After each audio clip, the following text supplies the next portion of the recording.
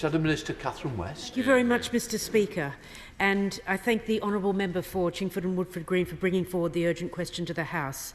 Mr Speaker, we know that the issue of the Xinjiang has been debated in both chambers of this Parliament, and indeed following a backbench motion it was voted by the members of this House that genocide had occurred in this area of China. In September last year, the UN High Commissioner for Human Rights said the treatment of the Uyghurs may constitute crimes against humanity, and this House has made clear its view that the treatment of the Uyghurs amounts to genocide. It's therefore deeply worrying to have learned of the planned visit to the UK of the Governor of the very province in which these outrageous and systemic acts have taken place. And could the Minister say whether he has made an assessment of the relationship between Chen Qianguo, who we know internationally is a pariah, and this particular individual? I'm acutely aware of and in principle agree with the general points of engagement which the Minister has outlined. However, we do have to be very robust in regards to human rights. Is the meeting essential to the UK-China relations? I don't think it is.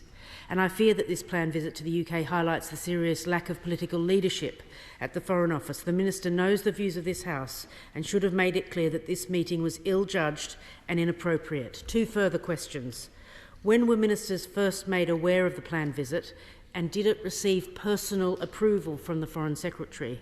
Secondly, what assessment's been made of the moral injury done to the Uyghur minority in this country who come to the Houses of Parliament to tell us of their suffering, and therefore has this decision been informed by the moral injury which they have received? And one final one, Mr Speaker, whether the invitation to visit the UK will now be rescinded. What's the action that the Foreign Office will take as a result of today's urgent question brought by members of this House?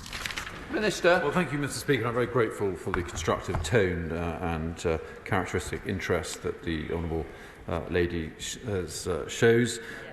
Is this meeting essential? We judge this might be an opportunity to send a very strong message to someone who is involved in the governance of Xinjiang. That is at the heart of the judgment that was made about this opportunity.